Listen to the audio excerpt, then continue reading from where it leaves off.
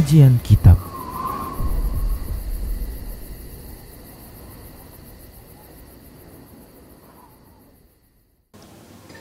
Bismillah. Assalamualaikum warahmatullahi wabarakatuh.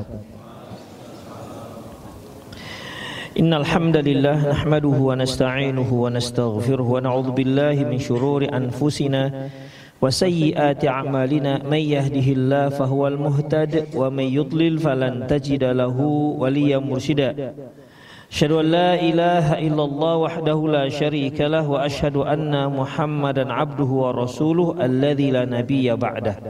Wa qala Allah subhanahu wa ta'ala ya ayyuhalladzina amanu taqullaha haqqa tuqatih wa la tamutunna illa wa antum muslimun. Ya ayyuhalladzina amanu taqullaha wa qulu qawlan sadida yuslih lakum a'malakum wa yaghfir lakum dhunubakum wa may yuti'illaha wa rasulahu faqad faza fawzan 'azima. Ya ayyuhan nasu taqu rabbakumul ladzi khalaqakum min nafsin wahidah wa khalaqa minha zawjaha wa batha minhuma rijalan katsiran wa nisaa'a wattaqullaha alladzi tasaaluna bihi wal arham innallaha kana 'alaikum raqiba. Amma ba'du, nastaqal hadithi kitabullah wa khairal hadi hadi Muhammad sallallahu alaihi wasallam wa syarrul umur muhdatsatuha wa kullu muhdatsatin bid'ah wa kullu bid'atin dhalalah wa kullu dhalalatin finnar. Ikhwah wa akhwat azallahu wa iyyakum. Alhamdulillah kembali kita bertemu dalam kajian Kitabut Tauhid. Kita masih di matan hadis marfu yang diriwayatkan dari Abu Sa'id Al-Khudri. Kita sudah jelaskan bagaimana posisi hadis ini, ya, di mana di sana ada Muhammad bin Marwan. Muhammad bin Marwan ini seorang yang disinyalir muttaham bil kadzib, yaitu yang disinyalir dia pernah berdusta. Ya, pernah berdusta, dan kita sudah jelaskan panjang lebar tentang orang ini. Kemudian di sana juga ada dalam riwayat yang lain ada Atiyah bin Sa'ad Al-Aufi. Kita sudah bahas bahwasanya Atiyah bin Sa'ad ini apabila dia katakan dari Abu Sa'id, maka Abu Sa'id yang dimaksud bukan Abu Sa'id Al-Khudri, tapi Abu Sa'id Al-Kalbi, dan ia seorang yang kadzdzab. Jadi ikhwah, hadis ini hadis yang dhaif. Ya, hadis yang dhaif, bahkan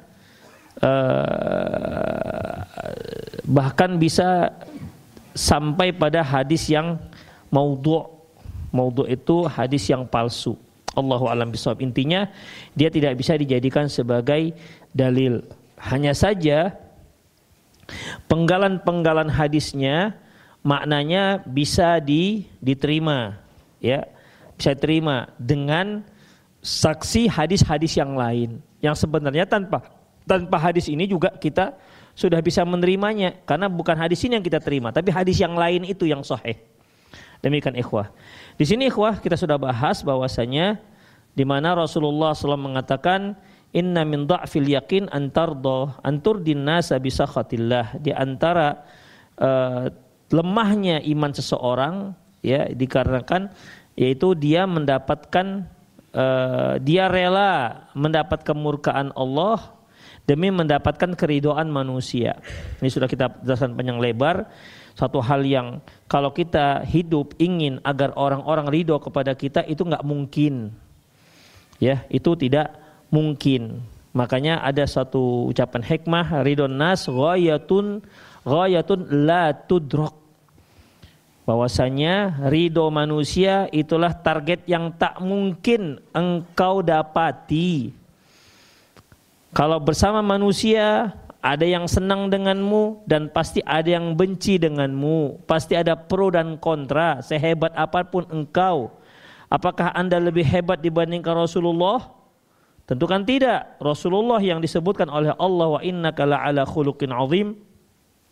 Sesungguhnya engkau ya Muhammad berada di atas akhlak yang agung. Itu pun ada yang membenci Rasulullah sallallahu alaihi wasallam. Demikian ikhwah. Apalagi kita yang akhlaknya ya pas-pas makan, demikian. Mana mungkin kita bisa diridhoi oleh semua orang, siapapun dia, BKM kah dia, ustadz kah dia. Hanya kalau ustadz senior agak-agak segan orang mau kontra gitu aja sih. Kalau enggak gerutu juga di belakang. Begitulah katanya segitu. Ikhwah rahimanallah wa iyyakum. Dan nggak mungkin memang kita ridho semua, minta ridho semua itu tak mungkin. Kita punya pemikiran yang berbeda-beda, ya, punya pemikiran berbeda-beda, punya latar belakang keluarga yang berbeda-beda, punya cara pendidikan rumah tangga yang berbeda, maka hasilnya akan berbeda, hasil analisanya itu akan berbeda. Kecuali kalau masalahnya sudah nas ini haram, jelas qat'i, yakin, ini kan nggak bisa, kita suka nggak suka harus ikut. Tapi ketika di situ ada beberapa mungkin ada pandangan-pandangan, demikian ikhwan, kan mungkin ada orang bisa bersatu sama sekali. Jangankan orang lain, kita dengan istri saja pasti ada perbedaan-perbedaan. Pasti ada perbedaan-perbedaan. Pak, kata orang-orang hikmah, di perbedaan itulah akan kita dapatkan keindahan tersebut. Ya, itu untuk menghilangkan kesedihan aja sebenarnya. Demikian, sama seperti orang jerawatan. Jerawat itu bagus bahkan bintang yang bertabur di langit. Ya, bintang beda dengan jerawat gitu. Tapi begitulah ikhwah, setiap yang mungkin tidak kita suka itu pasti ada hikmah di belakangnya. Wa antahmaduhum ala rizqillah, engkau memuji mereka atas rezeki yang sudah Allah berikan kepadamu. Engkau memuji mereka karena rezeki yang Allah berikan kepadamu. Artinya seorang mendapatkan rezeki, tentunya orang itu kan hanya kita diberi oleh seseorang. Kita itu sebenarnya kan hanya perantara saja. Ya, orang itu hanya perantara. Kita memberi seseorang. Kita itu hanya perantara saja. Sebenarnya pemberi itu adalah Allah Subhanahu wa taala. Rasulullah sendiri pernah mengatakan bahwasanya Allahu mu'ti wa ana qasim. Allah itu yang memberi, aku hanya pembagi. Demikian ikhwah, aku hanya bisa membagi. Karena hakikat, yang pada hakikatnya pemilik itu hanya Allah Subhanahu wa taala. Oleh karena itu, ketika kita diberi kebaikan, ada orang yang baik kepada kita, sering menolong segala macam, silahkan boleh dipuji dia, tapi ingat, Anda jangan lupa siapa pemilik yang hakiki. Dia adalah Allah Subhanahu wa taala. Demikian ikhwah, ya. Kalau kita cuek dengan orang yang berbuat baik pada kita, itu juga enggak boleh, karena la yashkurullah ma la yashkurun nas. Tak akan bersyukur kepada Allah mereka yang tak bersyukur kepada manusia. Tentu apa yang diberikan oleh Allah Subhanahu wa taala kepada kita itu jauh lebih besar, lebih luas, lebih banyak, lebih dalam, lebih panjang, lebih lebar dibandingkan apa kebaikan yang diberikan orang kepada kita. Wa in ta'uddu ni'matallahi la tuhsuha, seandainya engkau menghitung-hitung nikmat Allah, kalian tidak akan mampu untuk menghitung-hitungnya. Jadi kalau seandainya, kenapa dikatakan la yashkurullah ma la yashkurun nas, tak akan bersyukur kepada Allah orang yang tak bersyukur kepada manusia. Yang diberi manusia itu sedikit, itu pun tidak bisa kita bersyukur kepada dia. Bagaimana dengan pemberian Allah? Lebih parah lagi tentunya, karena terlalu banyak yang telah diberikan Allah kepada kita. Demikian ikhwan. Kemudian wa antadhummahum ala ma lam yu'tikallah, engkau mencela mereka atas apa yang Allah tidak berikan kepadamu. Ya memang terkadang kita kecil hati oke lah, enggak apa-apa, tapi jangan sampai mencelanya. Misalnya nih, saya bawa duit 50 ribu, saya kasihkan, ini antum, saya kasih. Untuk enggak? Gimana kira-kira? Yang enggak dikasih gimana? Dia kecil hati? Iya, memang kecil hati. Ya seperti kalau kita inilah waktu anak-anak dulu hari raya, terlebih kan hari raya ini. Demikian, kan ada duit THR, ya THR. Demikian. Sampai di rumah kan sering kita menghitung penghasilan hari itu kan. Dapat berapa? Gitu kan. Di sana dikasih berapa? Gitu kan. Sekarang masih? Enggak kan? Sekarang masih parah lah. Kan begitu, sekarang dapat berapa? Kadang-kadang, abang dikasih 20 ribu. Adik cuma 10 ribu lah. Begitu. Mungkin kadang-kadang orang memberi si anak ini melihat tingkat eselonnya gitu ya kira. Mungkin kalau ini agak besar, enggak mungkin lah dikasih 2.000. Nah demikian. Yang TK dikasih 5.000. Nah gitu-gitu lah ikhwah. Yang penting duitnya baru, kan itu yang penting. Demikian ikhwah. Jadi itulah dia mungkin. Abang dikasih berapa? 10.000. Adik dikasih cuma 5.000, pakai cemannya itu, padahal itu dikasih juga dua-dua. Kecil hati ialah. Tetapi ikhwah, mencela jangan. Karena pada dasarnya yang menghalangi rezeki itu tidak sampai kepada kita adalah Allah Subhanahu wa taala. Demikian ikhwah. Makanya kalau ada yang susah ditolong, kok awak susah nggak ditolong ya? Memang parah kali lah panitia-panitia ini. Begitu ikhwah. Ini termasuk nih hadis ini nih. Demikian. Padahal dia tidak dapat santunan, mungkin dikarenakan panitia lupa atau tidak tahu atau apalah namanya. Yang jelas ketika dia tidak dapat, pada hakikatnya Allah yang tidak memberikannya. Memang tak tercatat dia. Tak tercatat dia mendapatkan rezeki itu. Jadi jangan dicela orangnya. Karena dia sebenarnya tak punya kewajiban juga membantu Anda. Demikian, ya, tak punya kewajiban dia membantu. Tapi begitulah ikhwah. Ya, syaitan selalu membisik-bisikkan sehingga kita jengkel. Kenapa saya enggak diberi, dia diberi. Demikian ikhwah, ya. Ikhwah rahimanallahu wa iyyakum, ini harus kita fahami. Itu tanda-tanda apa? Lemah iman. Demikian, tanda lemah iman. Uang orang bukan kewajiban dia membantu kita. Demikian. Kalau dia nggak membantu kita, ya sudah, nggak apa-apa. Makanya kita hanya berharap kepada Allah Subhanahu wa taala, jangan berharap kepada manusia. Makanya dalam sebuah hadis Rasulullah pernah mengatakan, izhad fid dunya yuhibbukallah, wazhad bima fi aidin nas yuhibbukan nas. Zuhudlah kamu dengan dunia, Allah akan sayang kepadamu. Dan zuhudlah kamu dengan apa yang dimiliki oleh orang-orang, oleh manusia, manusia akan sayang kepadamu. Demikian ikhwah. Kalau dia tolong alhamdulillah, kalau dia nggak tolong nggak apa-apa, nggak masalah. Bukan kewajiban dia menolong kita. Kecuali kalau itu merupakan zakat. Ya, zakat dia wajib mengeluarkan. Tapi kepada siapa diberikannya? Saya ada zakat misalnya 30 juta. Saya berikan kepada kerabat-kerabat saya miskin-miskin. Ini nggak saya berikan. Punya hak saya nggak? Saya milih. Punya hak. Demikian ikhwah. Yang ini jangan marah-marah. Loh, kok kerabat-kerabatnya dikasih, awak kan miskin juga. Memang awak nggak punya hak. Anda nggak punya hak untuk berkomentar seperti itu. Demikian. Karena itu hak dia. Kepada siapa dia akan bagikan, itu hak dia. Kalau dia lihat dia lebih berhak, ada yang lebih berhak, Anda tidak, ya sudah. Makanya jangan mencela. Jangan mencela orang yang tidak memberikan kebaikan yang Allah berikan kepada dia. Demikian ikhwah. Kalau mencela, apalagi ngomong kesana kemari, min alamati dhi'fil iman. Itu tanda-tanda lemahnya iman. Ya, tanda-tanda lemahnya iman. Ikhwah rahimanallahu wa iyyakum. Contoh lain. Misalnya kita jualan nih. Jualan, kadang-kadang kan, ya bukan kadang-kadang sih, prinsip orang jualan itu pembeli adalah raja, ya kan? Raja, Pak tolong itu Pak, kita turunkan. Itu lagi Pak, coba turunkan. Sudah 10 yang kita turunkan barangnya. Pak nggak jadi ya Pak ya. Demikian. Kecil hati enggak apa-apa, tapi Bapak ini macam mana? Sudah 5 yang turun, 1 nggak ada yang jadi. Bapak, Anda nggak berhak punya untuk mencela dia. Kalau nggak jadi memang berarti itu bukan rezeki Anda. Pada hakikatnya bukan dia. Hakikatnya Allah yang telah menghalangi Anda nggak mendapatkan rezeki dari situ. Kecil hati ya, siapa nggak kecil hati? Saya dulu waktu jualan styling jam di Simpang Kampung Lalang itu kan jual jam juga tuh. Pak yang itu Pak, kita semangat ini ini kan chance. Demikian. Kalau jadi ya untung 10.000 loh, dulu 10.000 ikhwah. Lontong masih 3.000 dulu. Demikian.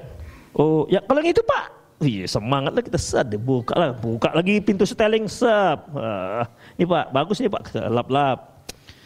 Kalau yang itu Pak sampai 5 sampai 6 itu Pak. Kita kan sudah sangat berharap kan, sangat berharap. Berapa Pak harganya? Sekian. Mahal ya Pak ya. Ya segitulah, nggak mahal lah. Pandai-pandai kita jualan kan. Demikian. Akhirnya nggak jadi. Sebenarnya kecil nggak hati kita, sudah banyak yang dikeluarkan, berserak sudah jam-jam mahal ini. Demikian ikhwah, nggak jadi, ya kecil hati, tapi jangan mencela dia. Kenapa? Karena sebenarnya yang membuat nggak jadi itu bukan dia, Allah Subhanahu wa taala. Demikian ikhwah, ya. Ya itulah bentuk kesabaran seorang yang seorang penjual. Kalau memang itu rezeki kita, pergi dia ke styling lain kan, saingan saya kan banyak nih, kiri kanan, sana ada 3, sana ada 4. Kalau rezeki kita dia pergi ke sana, balik lagi, Pak yang tadi aja lah Pak katanya. Bisa seperti itu. Kalau rezeki nggak kemana-mana, ikhwah. Ya, rezeki nggak kemana-mana. Kalau nggak rezeki kita berarti ya memang itu dari Allah Subhanahu wa taala. Jadi kalau kita celah, itu salah satu tanda lemahnya iman. Kenapa harus kita celah? Ya memang dia nggak mau masa kita celah. Begitulah ikhwah rahimanallahu wa iyyakum. Sekali lagi, kalau kecewa, kecil hati iyalah, ya kita obatilah kecil hati kita itu. Namanya juga kita jualan, kemudian pembeli itu adalah raja. Ya, nggak jadi nggak apa-apa ya, nggak apa-apa, tapi berusaha untuk senyum tapi asem dia.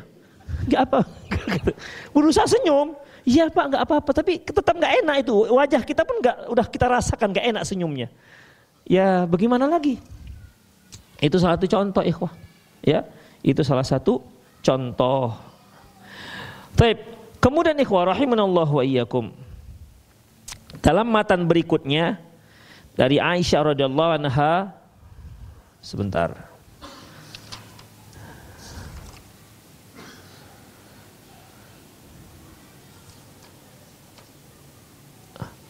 Kemudian inna rizqallah wa anta dhummahum ala ma lam yu'tikallahu, kamu mencela manusia dengan apa yang tidak Allah berikan kepadamu.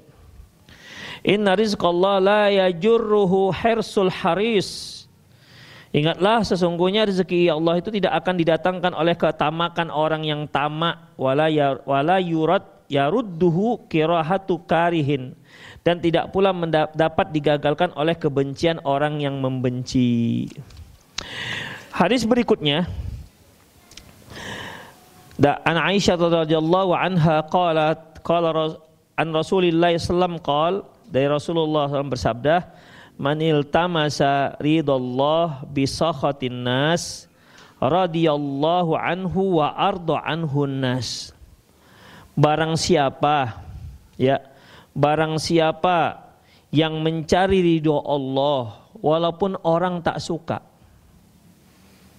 Barang siapa yang mencari ridho Allah walaupun orang tak suka, radhiyallahu anhu wa ardhan nas wa ardah anhun nas. Allah akan ridho kepadanya dan Allah akan buat orang-orang itu jadi ridho kepada dia. Demikian ikhwah. Jadi jangan khawatir, apalagi di tengah-tengah masyarakat kita sekarang yang tidak mengerti dengan sunnah. Ya kita tahulah apa tuduhan-tuduhan mereka, yang teroris lah, yang inilah, yang itulah, kita nggak tahu ikhwah. Ya, kalau orang-orang lain yang kita hadapi mungkin agak lebih ringan, tapi ketika kita berhadapan dengan abang sendiri, dengan kakak sendiri, dengan orang tua sendiri, demikian ikhwah, kita tahu keinginan mereka dari kita itu keinginan yang nggak mungkin kita lakukan karena kita tahu itu dilarang oleh Allah Subhanahu wa taala. Apakah itu bentuk maksiat ataukah itu bentuk bid'ah? Kita tahu itu. Tapi apa kita lakukan? Padahal itu Allah, kita tahu itu dilarang oleh Allah Subhanahu wa taala. Si A misalnya bekerja di salah satu perusahaan konvensional, bank konvensional misalnya. Ya tentu kan ikhwah masih banyak kaum muslimin yang nggak mengerti masalah ini kan. Mereka bangga anaknya kerja di bank ini sudah tingkatannya tingkat manajer misalnya, kan keren kan. Manajer bank ini, apalagi bank yang sudah kuat. Manajer bank ini kan keren kedengarannya. Demikian, dia dapat hidayah, masya Allah. Kemudian dia keluar, ya tentu yang pertama menentang dia siapa ini? Orang tua, keluarga. Demikian.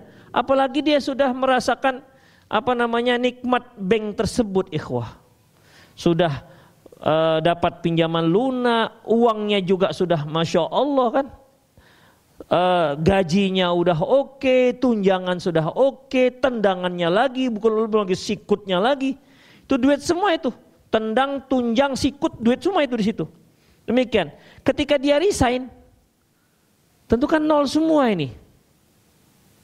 Mulai dari nol ya Pak? Ya bagaimana lagi ya? Sanggup nggak mulai dari nol ya Pak? Wah, mungkin kalau kita yang di luar yang merasakan, mungkin kita harus begitu.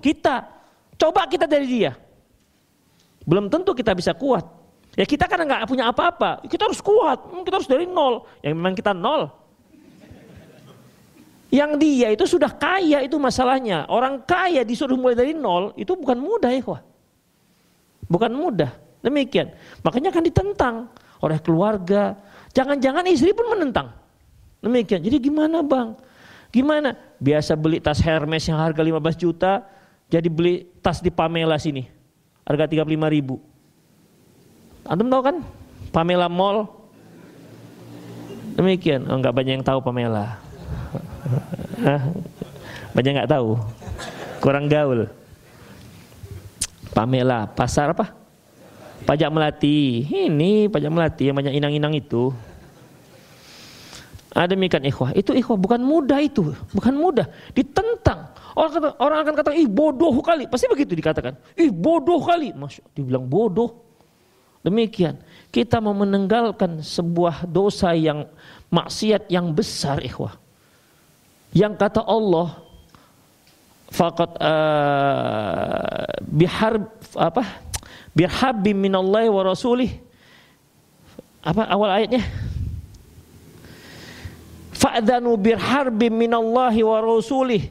Kalau dia enggak tobat, dia sudah tahu dia enggak tobat, maka umumkan Allah akan perangi dia dan Rasulullah akan perangi dia. Masya Allah, perang dengan Allah siapa yang menang?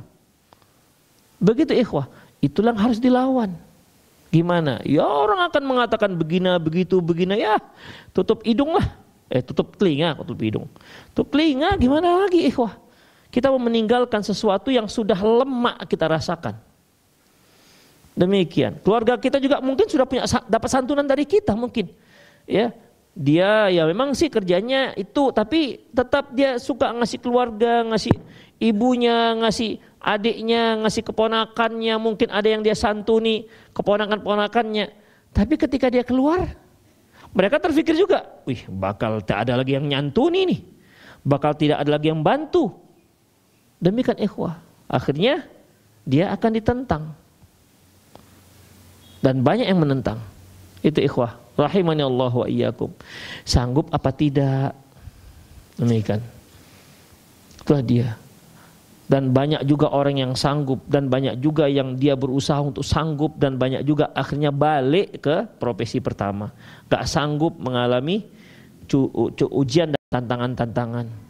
Mulai mengeluh, Ustadz begini, begitu, gimana ini, ada gak usaha segala macam, kami sekarang begini, sejak tidak lagi kerja di bank konvensional, kami sekarang seperti ini kondisinya. Kan Rasulullah katakan, man taraka syai'an lillah awadahullahu khairum minha. Barang siapa yang meninggalkan sesuatu karena Allah, Allah akan ganti yang lebih baik. Tapi kok sampai sekarang yang lebih baik itu enggak ada Ustadz. Dituntut juga ustadznya, karena ustadznya baca hadis. Demikian. Dan ada beberapa kali saya tanya, Ustadz, kalau saya keluar kemudian akhirnya kami enggak punya kerjaan, apa solusinya dari Ustadz ini? Apa solusinya? Jadi kita yang memberikan hukum sekaligus ngasih solusi dia. Berarti kan menyediakan lapangan kerja untuk dia. Jadi saya bilang ya, kita memberitahu hukum, bukan menyediakan lapangan kerja. Bukan untuk memberikan solusi supaya dia tetap makan, tetap punya rumah, tetap punya mobil. Ya enggak ke sana larinya. Tapi begitulah ikhwah. Rahimanallahu wa iyyakum. Jadi sebenarnya mereka yang ingin mendapat ridho Allah walaupun orang-orang enggak suka, itu bukan satu hal yang mudah.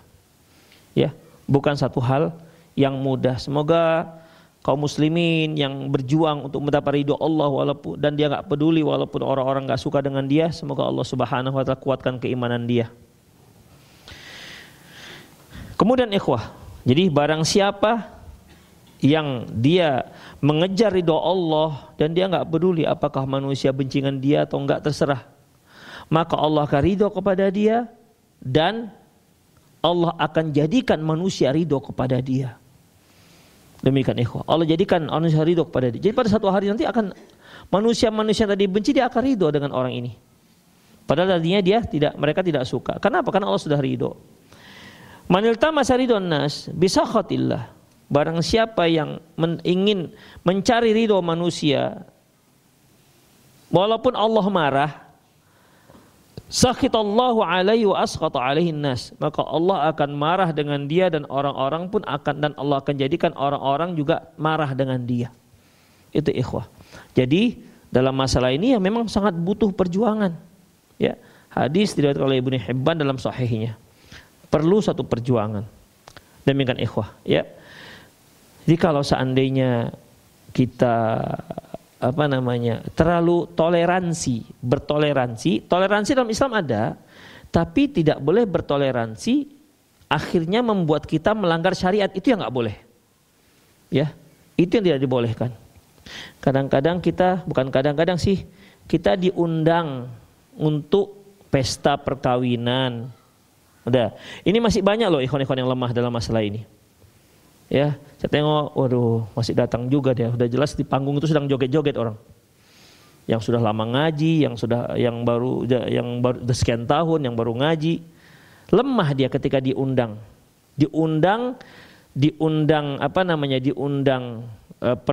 untuk walimah, sementara di sana ada musik-musik. Lemah untuk tidak memenuhi undangan itu, apalagi kerabat-kerabat terdekat. Kalau awal-awal dulu kita tegas ikhwah, tapi akhir-akhir ini ikhwan-ikhwan sudah nggak apa-apalah gitu. Itu dia, seharusnya kan memang nggak boleh demikian. Kalau memang iya juga, datanglah di tempat-tempat yang di saat musiknya nggak jalan gitu kan, tidak hidup. Tapi ketika antum sampai ke sana dikhawatirkan nih lagi makan hidup dia, makanya jangan banyak kali antum ambil makan. Ini dia mau cepat tapi segini ngambilnya. Gimana? Ngasihnya pun cuma 5.000-nya, enggak banyak-banyak kali. Lillahi ta'ala. Demikian. Ketika hidup musik, antum sudah segini ngambilnya, gimana mau pergi? Demikian. Jadi ya, kita kan ingin kita ingin hablum minan nas tetap terjaga gitu kira. Tapi tidak dengan melanggar hablum minallah, itu artinya. Tidak melanggar itu. Tetap saja ya, berusaha aja dengan semaksimal mungkin. Sekedar saja datang, ya. Namanya juga kita khawatir. Demikian. Ya makan juga nggak enak sebenarnya, tapi ada juga yang enak-enak aja dia makan.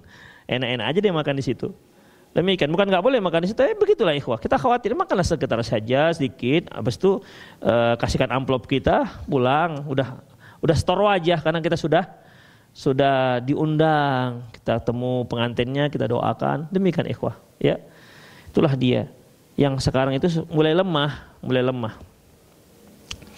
Tapi qa'azallahu wa iyyakum. Dalam hadis yang diriwayatkan oleh Sunan Tirmizi, kata Muawiyah ila Aisyah, Muawiyah nulis kepada Aisyah, aniktubi ilayya kitaban tusini fihi.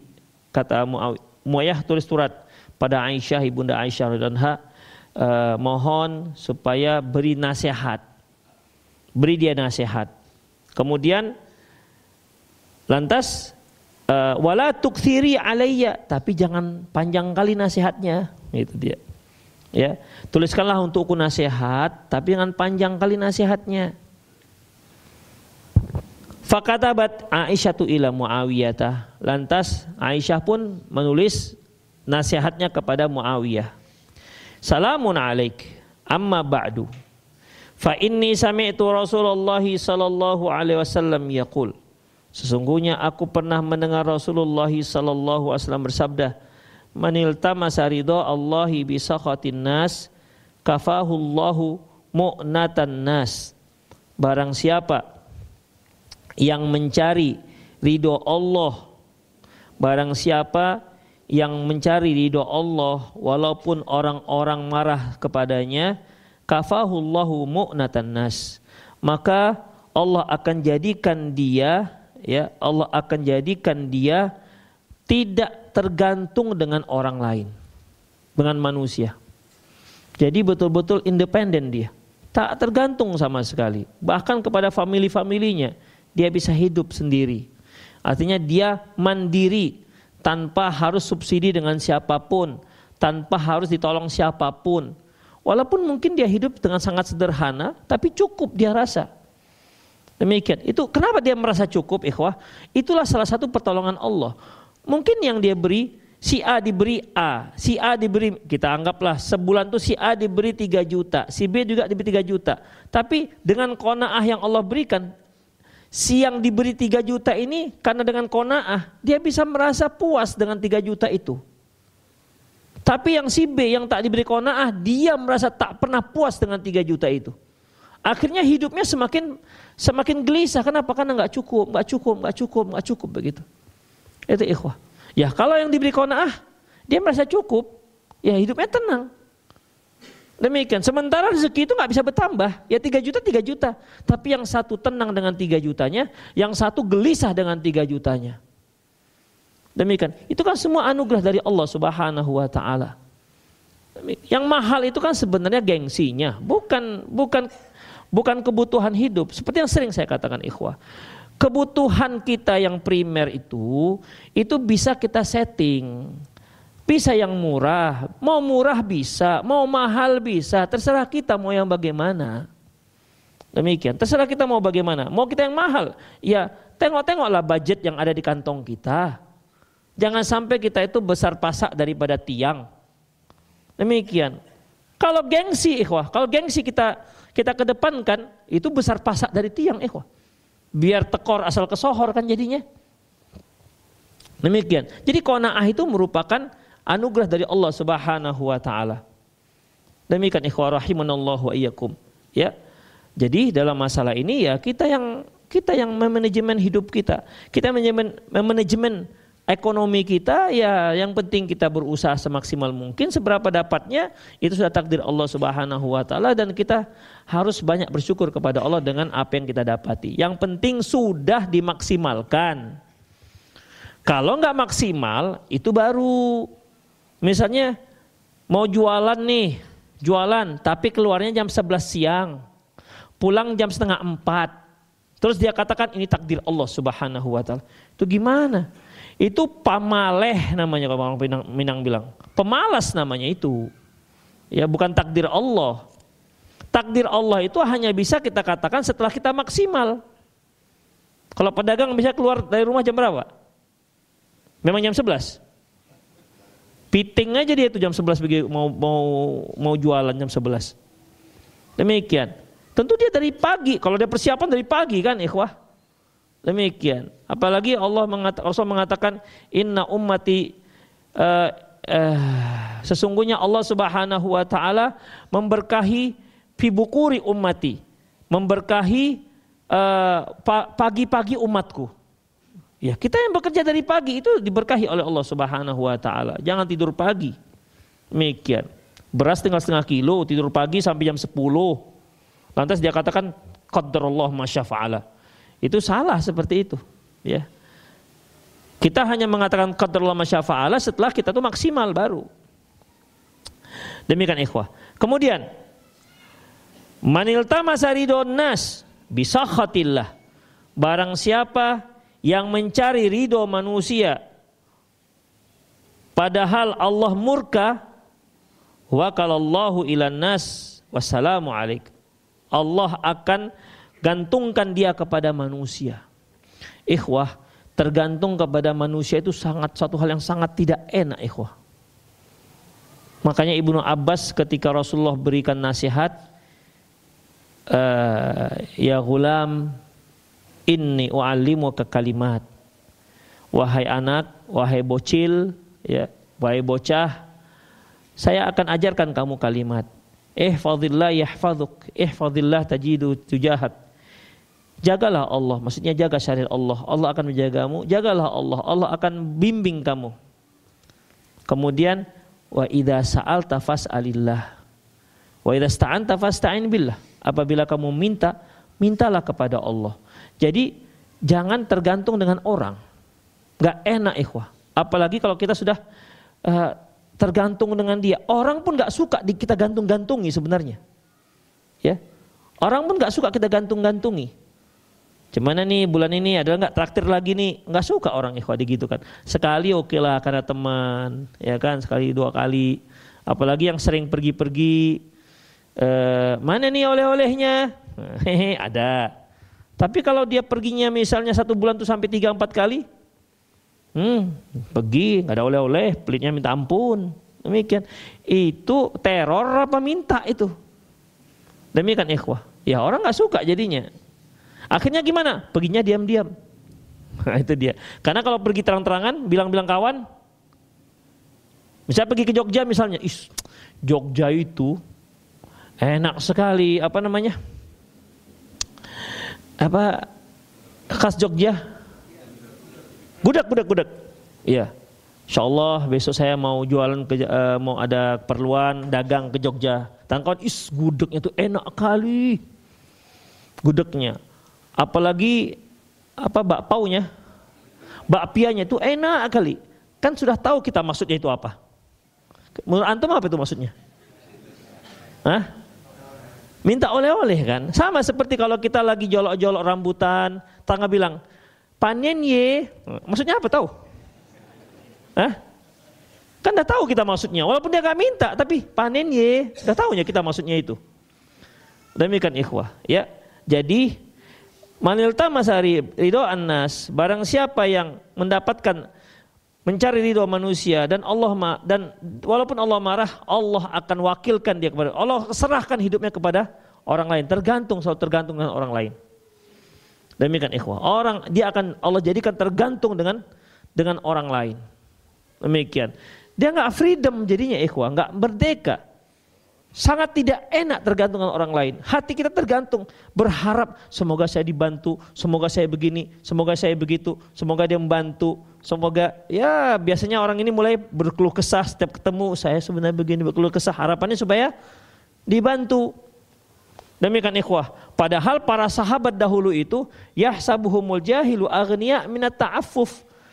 Orang-orang fakir pada waktu itu, orang-orang yang tidak mengerti, mengira mereka itu orang kaya. Kenapa? Enggak pernah terlihat minta-minta, nyindir pun enggak ikhwah. Itulah dia, nyindir pun enggak. Demikian. Ini orang kaya apa tidak ini begitu?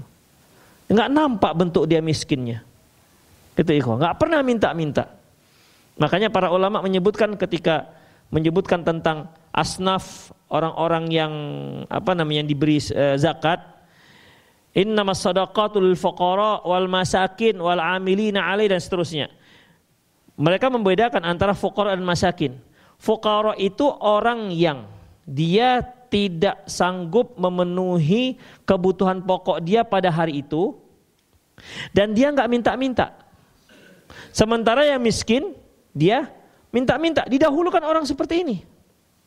Demikian ikhwah. Jadi maksudnya gini, kalau antum tahu teman yang memang dia ekonominya kurang bagus, tapi dia nggak minta-minta, yang satu asik nyindir-nyindir saja, nanti aja berikan, ini dulu berikan. Artinya dia lebih didahulukan. Karena dia menjaga kehormatan dia, dan kita jaga kehormatannya. Ini sudah merusak kehormatan dia. Demikian ikhwah. Ya bagaimanapun meminta itu kan menghilangkan air muka kita ikhwah. Ya yadul a'la aula min yadus suflah. Tangan di atas lebih mulia dibandingkan tangan di bawah.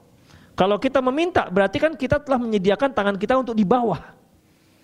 Dan itu akan mengurangi wibawa kita sebagai seorang muslim. Demikian ikhwah rahimanallahu wa iyyakum. Kemudian ikhwah azanallahu wa iyyakum. Ya. Kemudian seorang Arab Badui Bani Tamim berkata kepada Rasulullah sallallahu alaihi wasallam, kata beliau, kata orang Arab Badui ini, ya Muhammad a'tini fa inna hamdi zainun wa inna dhammi syainun. Ya Muhammad, berikanlah kepadaku hartamu, karena sesungguhnya pujianku ini kebaikan dan cercaanku adalah keburukan. Itu dia. Ini minta apa ngancam gitu kira-kira. Demikian ikhwah. Kemudian Rasulullah menjawab, dzalikallahu azza wa jalla. Itu hanya milik Allah azza wa jalla, bukan milikku. Jadi kalau aku memberi engkau puji, kalau engkau enggak memberi engkau cela, berarti engkau telah mencela Allah Subhanahu wa taala. Demikian, berarti engkau telah mencela Allah Subhanahu wa taala, karena memang Allah yang menjadikan hatiku tak tergerak memberikanmu. Itu ikhwah. Kalau aku berikan, berarti Allah yang telah menggerakkan hatiku untuk memberikan kepadamu. Kalau engkau cela orang yang tak memberikanmu, berarti engkau telah mencela Allah Subhanahu wa taala. Dzalikallah azza wa jalla, itu adalah Allah azza wa jalla. Demikian. Ya, kalau aku memberi, itu Allah yang menggerakkan. Kamu puji, sebenarnya kamu muji Allah, bukan mujiku. Kalau engkau cela karena aku enggak beri, engkau sesungguhnya telah mencela Allah. Karena sebenarnya Allah yang tidak menggerakkan hatiku untuk memberikan kepadamu. Dalam Sahih Bukhari ikhwah, dari Sahal bin Sa'ad, dia berkata, marra rajulun ala Rasulullah faqala lirajulin indahu jalis. Bahwasanya ada seorang laki-laki melintas, lantas Rasulullah SAW bersabda, faqala lirajulin indahu jalis, ya. Jadi ada orang lewat, ya, orang lewat. Di situ Rasulullah bersama para sahabat. Lantas Rasulullah bertanya kepada para sahabat, ma ra'yuka fi hadza? Menurut kamu bagaimana? Apa pendapatmu tentang orang ini, orang yang lewat ini? Kata sahabat tadi, rajulun min asyrafin nas, dia adalah orang yang paling terhormat di kalangan, dia orang yang paling terhormat. Hadza wallahi hariyun in khataba an yunkah. Orang ini, wa demi Allah, kalau dia meminang pasti terima pinangannya. Wa in syafa'a ayyu syafa', kalau dia menolong pasti akan diterima pertolongannya. Fasakata Rasulullah SAW, Rasulullah pun diam. Begitulah ada sahabat tadi yang mengomentari orang yang lewat tadi. Jadi ya, yang lewat satu orang, Rasulullah berada dengan seorang sahabat, menurut kamu ini apa pendapat kamu tentang orang ini? Ini orang yang mulia, kalau dia meminang pasti akan diberi, diterima pinangan dia. Demikian. Kalau dia mau menolong orang lain melalui dia, pasti orang akan berikan dia. Syafa' ini begini ikhwah. Misalnya ada orang minta tolong kepada saya supaya bilangkan si A, supaya jangan dipersulit dia misalnya. Nah, itu namanya saya sebagai syafi', sebagai orang yang memberi pertolongan. Saya katakan kepada si A, tolonglah dia jangan dipersulit. Pasti akan diterima pertolongan itu, permintaan itu. Demikian. Rasulullah diam mendengar komentar sahabat tadi. Kemudian summa marra rajulun akhar, lewatlah satu orang lagi. Faqala lahu Rasulullah sallallahu, lantas Rasulullah bertanya kepada sahabat tadi, ma ra'yuka fi hadza? Kalau orang ini apa pendapatmu? Dia katakan, ya Rasulullah, hadza rajulun min fuqara'il muslimin. Ya Rasulullah, ini laki-laki ini orang yang paling miskin di kalangan kaum muslimin. Dia paling miskin ini.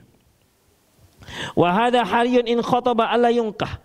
Orang ini kalau dia minang enggak diterima pinangannya. Demikian, beda dengan yang tadi. Kalau ini saya khawatir sekali, ini kalau meminang enggak keterima pinangannya, orang miskin. Wa in syafa'a la yusyafa'. Kalau dia jadikan mau menolong orang enggak terima pertolongannya. Karena memang dia tidak punya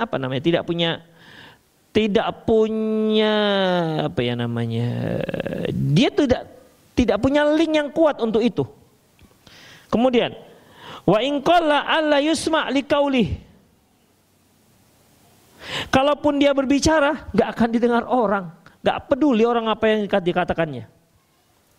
Faqala Rasulullah SAW, lantas Rasulullah berkata, hadza khairun bimil'il ardi misla hadza. Sungguh orang yang kamu katakan yang paling miskin ini, yang kalau dia meminang tak diterima pinangannya, yang apabila dia berbicara enggak dipedulikan orang apa pembicaraannya, yang kalau dia menolong enggak akan terima syafaatnya, orang ini jauh lebih baik ketimbang orang yang pertama tadi. Jauhnya itu, orang ini jauh lebih baik ketimbang orang yang tadi itu yang sepenuh bumi. Orang yang dianggap orang penting, orang mulia, kalau dia meminang dia akan diterima pinangannya. Satu orang ini itu lebih baik dibandingkan orang yang pertama tadi yang sepenuh bumi. Demikianlah perbedaannya. Ya, terkadang ikhwah rahimanallah wa iyyakum, terkadang atau bukan terkadang juga sih, sering orang menilai orang itu kan dilihat dari tingkat sosialnya, tingkat sosialitanya, tingkat sosialnya, atau harta yang dibawanya. Yang satu naik mobil, yang satu naik sepeda misalnya, sepeda lama lagi, sepeda janda. Bunyi lagi, serahit seregar gitu kira-kira. Bunyi, sudah bunyi. Kalau sepeda sekarang kan mahal-mahal ikhwah. Iya kan, batangnya karbon. Ya batangnya karbon bisa 70 juta. Pedalnya berapa pedal? Pedalnya berapa? 10 juta, sepasang apa satu? Sepasang. Lingkarnya, antum jangan pura nggak tahu antum. Mana nih yang suka goes-goes? Lingkarnya berapa lingkarnya? Lingkarnya sepeda. Masya Allah tawaduk semua di sini. Lingkarnya itu ikhwah sepasang bisa 15 juta. Total satu sepeda bisa 150 juta. Saya pertama namanya juga lugu kan. Ini berapa harganya? 150 juta. Hah? 150 juta. Seperti mobil Agya baru. Satu sepeda. Gimana dayungnya? Kadang tebing tinggi. Syantar gitu. Saya mikirnya gitu. Apa bisa begitu? Enggak. Jadi ya mungkin dia konsepnya dia ringan ya, tapi kuat gitu kan. Demikian ikhwah rahimanallahu wa iyyakum. Ya kalau itu masih oke lah. Yang goes-goes itu kan kadang-kadang berapa beli pedalnya? 5 juta. Nih 15 juta. 1, 2, 30 juta. Itu ikhwah. Ya, kan banyak perangkat-perangkat di sepeda itu. Demikian kan ada sepeda gunung, sepeda sawah, sepeda sungai. Sepeda apa lagi? Laut. Mana ada laut? Apa? Sepeda air. Nah, demikianlah ikhwah. Itulah dia. Kalau dia sepeda yang dipakai ape-ape, ape-ape. Sepeda tua itu kan dibandingkan yang pakai mobilnya mobil mahal-mahal gitu kan, tetap orang nih orang pakai ini gitu. Apalagi dia anak muda mau melamar, bawa itu mau melamar, tengok naik sepeda kawan ini ya gitu kan. Kan nggak bisa juga ini Pak demi kesehatan itu kan. Orang akan lihat juga modelnya. Demikian ikhwah. Ya orang biasanya menilai sesuatu itu siapa yang lebih kaya, penampilan lebih kinclong kan gitu ikhwah. Demikian, itulah dia. Demikian. Padahal di sisi Allah belum tentu dia lebih bagus dibandingkan orang yang miskin tadi itu. Itulah ikhwah, belum tentu. Makanya kalau kita tahu kita itu misalnya ekonominya nggak seberapa dibandingkan yang lain, maka lomba dia dengan akhirat kita. Demikian, lomba dengan akhirat kita. Jangan sudahlah kita ekonominya lemah, imannya lemah, ke masjidnya lemah, semua lemah, ngajinya lemah, datang sebulan sekali, begitu datang tidur. Kalau kita nggak bisa ngelomba dunia dia, kita lomba akhiratnya, ikhwah. Demikian, kita lomba akhiratnya. Makanya kan para ulama kita mengatakan kalau ada yang melomba kamu dalam masa dunia, lomba di akhiratnya. Begitu. Kenapa orang-orang miskin pada zaman Rasulullah itu iri dengan orang kaya? Bukan dikarenakan kayanya. Kenapa? Karena mereka bisa berbuat yang tidak bisa mereka buat. Makanya mereka datang kepada Rasulullah, mengeluh kepada Rasulullah. Ya Rasulullah, dhahaba ahlud dusur bil ujur. Ya Rasulullah, orang-orang kaya ini telah banyak membawa pahala. Loh, kenapa begitu? Kata Rasulullah. Yusalluna kama nusalli. Mereka salat seperti kami salat. Wa yasumuna kama nasum. Mereka berpuasa seperti kami berpuasa. Wa yatasaddaquna bi fuduli amwalihim. Tapi mereka bersedekah, kami enggak bisa. Lantas Rasulullah katakan, loh, kan ada yang Allah jadikan untuk kalian yang bisa kalian lomba dia. Jadi karena masalah musabaqah dalam masalah kebaikan itu yang mereka irikan. Udah, kamu bertakbir, bertasbih setelah sholat begitu, ikhwah. Akhirnya mereka, puas mereka pulang, ikhwah. Walaupun nggak pakai duit, kita lomba dia. Wah, kaya-kayalah situ. Yang penting kita lomba dia, lomba. Amalan itu didengar orang-orang kaya. Itu juga kami bisa. Demikian. Dilakukan oleh orang kaya ini. Datang lagi, ya Rasulullah, mereka buat lagi seperti yang kami buat. Loh, mau gimana lagi? Dzalika fadlullah yu'ti man yasha. Itu merupakan keistimewaan yang Allah berikan kepada siapa saja yang dikehendaki. Demikian ikhwan, lomba dengan akhirat. Demikian. Seperti orang ini dikarenakan dia lomba dengan akhirat. Oke, biarkan saja orang menganggap miskin, terserah. Yang penting kan kita ridho Allah, bukan ridho manusia. Ridho manusia ini kan banyak bisnisnya sebenarnya. Ada masalah untuk dia, suka dia. Dia merasa rugi, gak suka dia. Kan begitu ikhwah. Ada seorang nggak sholat, nggak pernah sholat, tapi dia muslim, berdiri di simpang Gang Kodam ini. Setiap yang masuk kasih limpul, selama 2 tahun. Apa kata orang tentang dia? Baik apa enggak? Bukan baik, baik kali. Kasih limpul tiap hari selama 2 tahun, walaupun dia nggak sholat. Demikian, orang kan begitu ikhwah. Kalau sering diberi suka dia, nggak diberi agak nggak suka dia. Itu ikhwah. Kenapa ikhwah? Karena manusia itu sering dia menyukai manusia itu kalau dia diberi. Demikian ikhwah. Ya, kalau diberi dia suka, dia puji, seperti hadis tadi. Kalau nggak diberi dia caci maki. Itulah kira-kira. Demikian ikhwah rahimanallahu wa iyyakum. Jadi harus kita camkan hadis ini, masya Allah ya, bagus hadisnya. Artinya ini kan sebenarnya terkait dengan masalah takut kepada manusia. Jangan takut kepada manusia, takutlah hanya kepada Allah Subhanahu wa ta'ala. Yang penting kita berusaha di atas yang benar, berdoa kepada Allah supaya istiqomah di atas yang benar, jangan sampai goyang. Ikhwah, orang yang belum dapat hidayah kemudian dengan orang yang sudah dapat hidayah kemudian dia campakkan hidayah itu, lebih parah dosanya ketimbang orang yang pertama.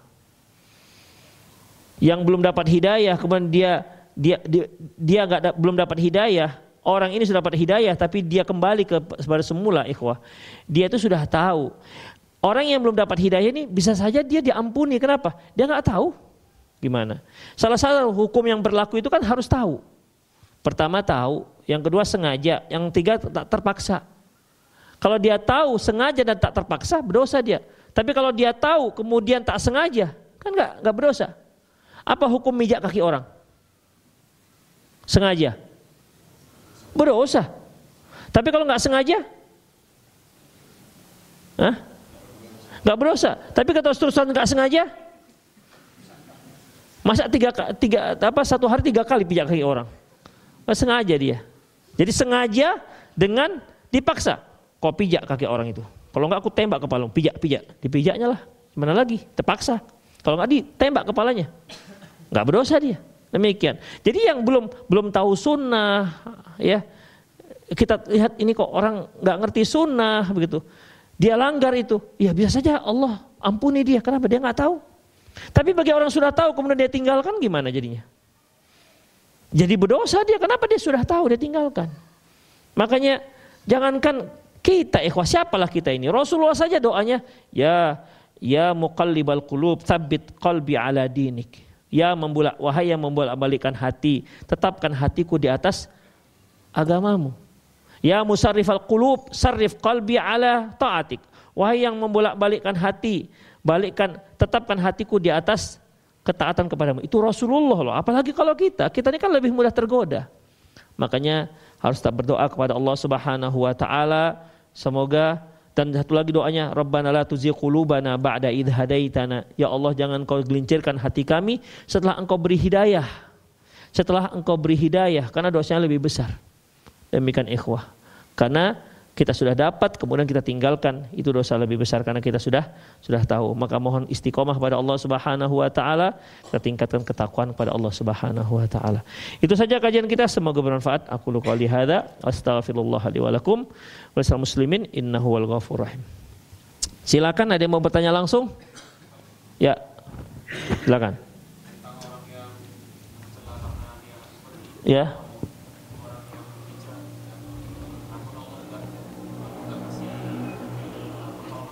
Ya.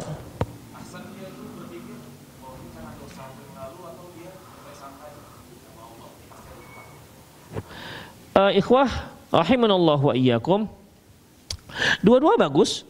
Maksudnya ketika seorang tidak ditolong oleh Allah Subhanahu wa ta'ala, ketika dia tidak ditolong oleh Allah Subhanahu wa ta'ala, kemudian apakah dia sebaiknya dia berbaik sangka saja, insya Allah ada hikmahnya, atau boleh nggak dia mengatakan ini mungkin dikarenakan dosa-dosa saya?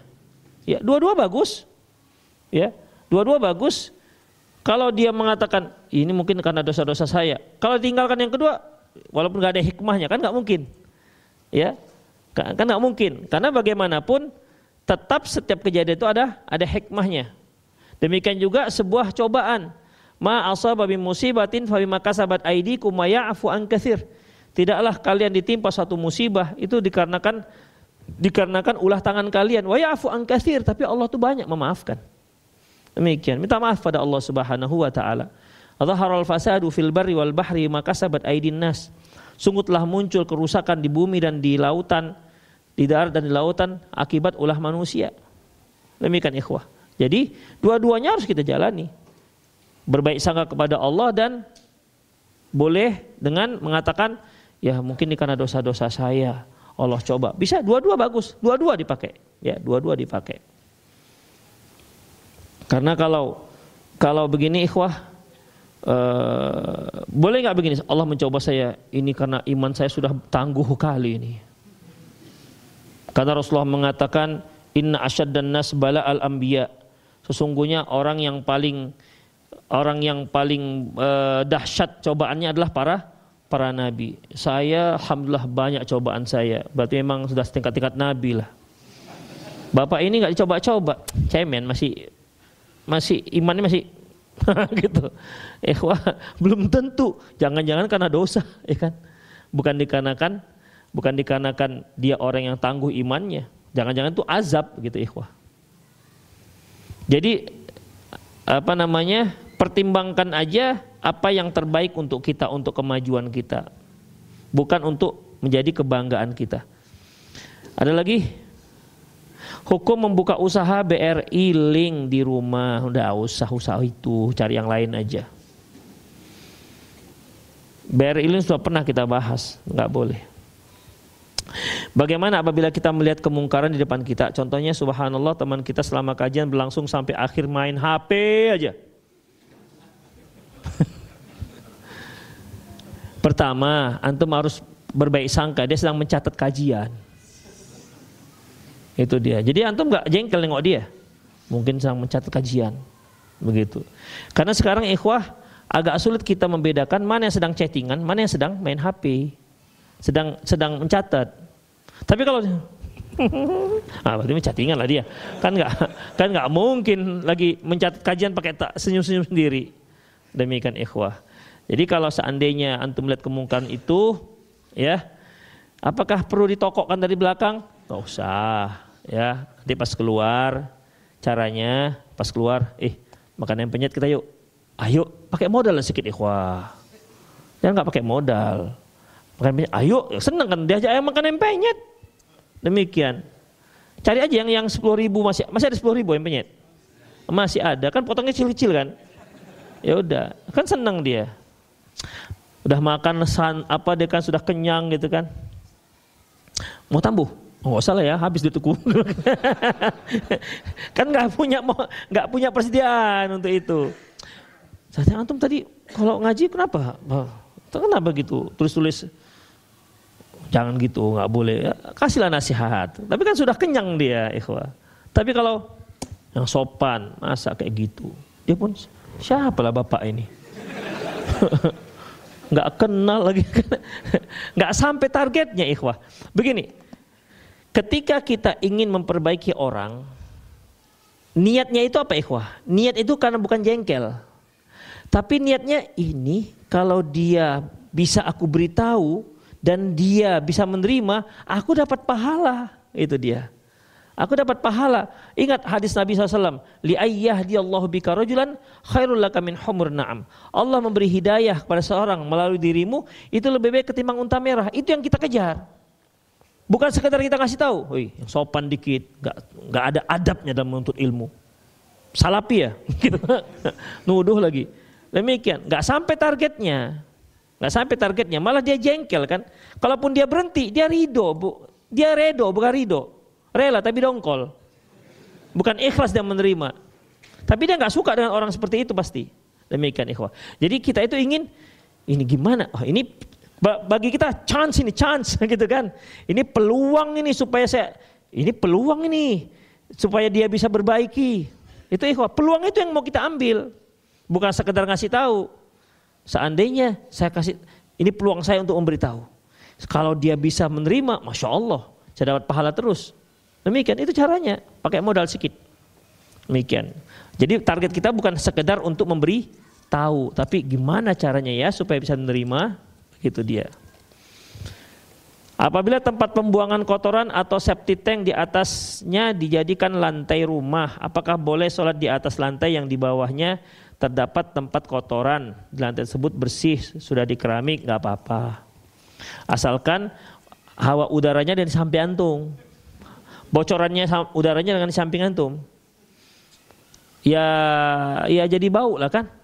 Demikian, nggak apa-apa, nggak apa-apa, walaupun di bawahnya seperti itu.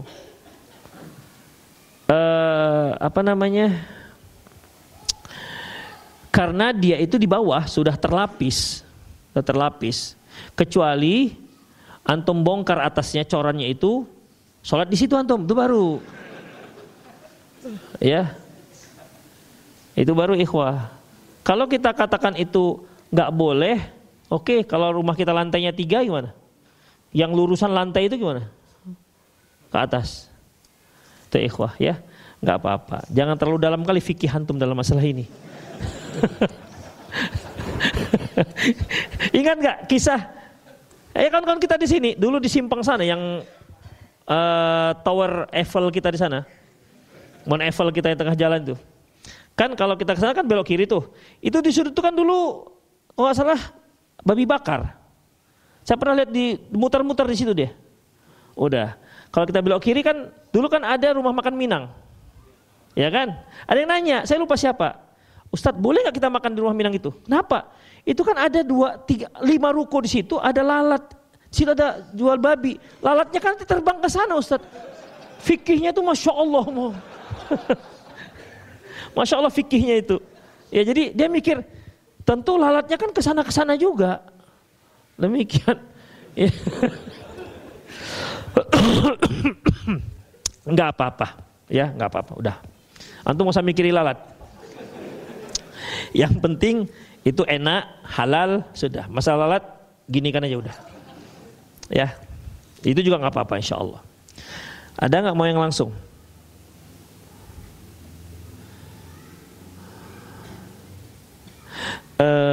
Bolehkah dalam satu sholat posisi bersedekapnya beda-beda selama ada dalil? Misalnya rakaat pertama di dada, rakaat kedua di perut. Mak. Ikhwah, itu khilafiyah di situ bukan pilihan. Itu bukan pilihan. Nanti rakaat pertama Maliki dia. Udah. Rakaat kedua Hambali, ketiga Syafi'i, rakaat keempat Hanafi. Kan begitu, Hanafi kan begini, ikhwah. Demikian. Itu bukan pilihan, itu hasil ijtihad. Bukan boleh terserah mau yang mana, enggak begitu. Ya. Jadi enggak dibolehkan. Ada enggak yang langsung? Betulkah memberi nafkah kepada anak istri dengan uang haram sama dengan masukkan bara api neraka ke mulut mereka? Padahal hukum uang itu kan mubah, halal haram tergantung cara kita mendapatkannya, dan cara anak istri itu mendapatkan uang kan halal. Tidak merampok apalagi menyogok. Terima kasih. Sama-sama. Ikhwah azallahu wa iyyakum. Kita enggak katakan masukkan itu ke mulutnya. Pertama begini ikhwah. Perlu kita ketahui harta haram itu ada harta haram yang dia hasil kezoliman. Seperti merampok, ya kan? Maka kalau kita tahu itu, ini harta tetap haram dan tidak akan selesai kecuali setelah dipulangkan.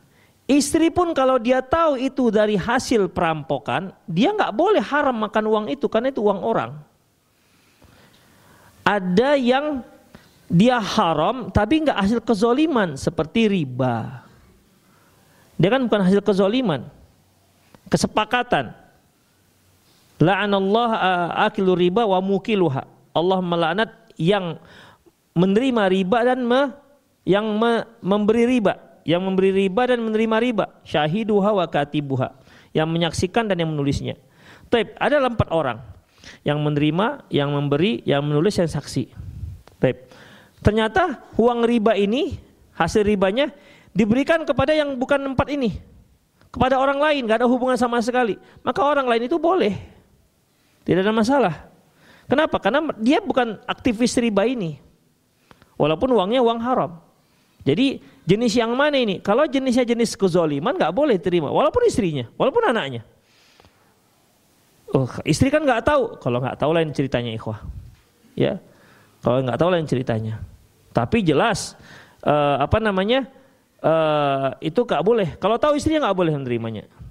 Tapi kalau uang hasil riba itu, ya istri masih bisa menerimanya, karena dia nggak termasuk dalam kategori aktivis riba ini. Tapi berkahnya jelas nggak ada, dan dia telah memberikan sesuatu yang haram, yang telah dia lakukan itu haram. Bagi mereka, ya boleh menerima, tapi hilang berkahnya, nggak ada berkahnya. Demikian. Kita kan ingin ingin agar sesuatu itu bisa berkah dan menambah ketakwaan, ya. Demikian. Ada satu ayat disebutkan, ya ayyuhar rusul kulu minat thayyibati wa'malu sholihan. Wahai rasul, makanlah dari yang baik-baik dan beramallah soleh. Jadi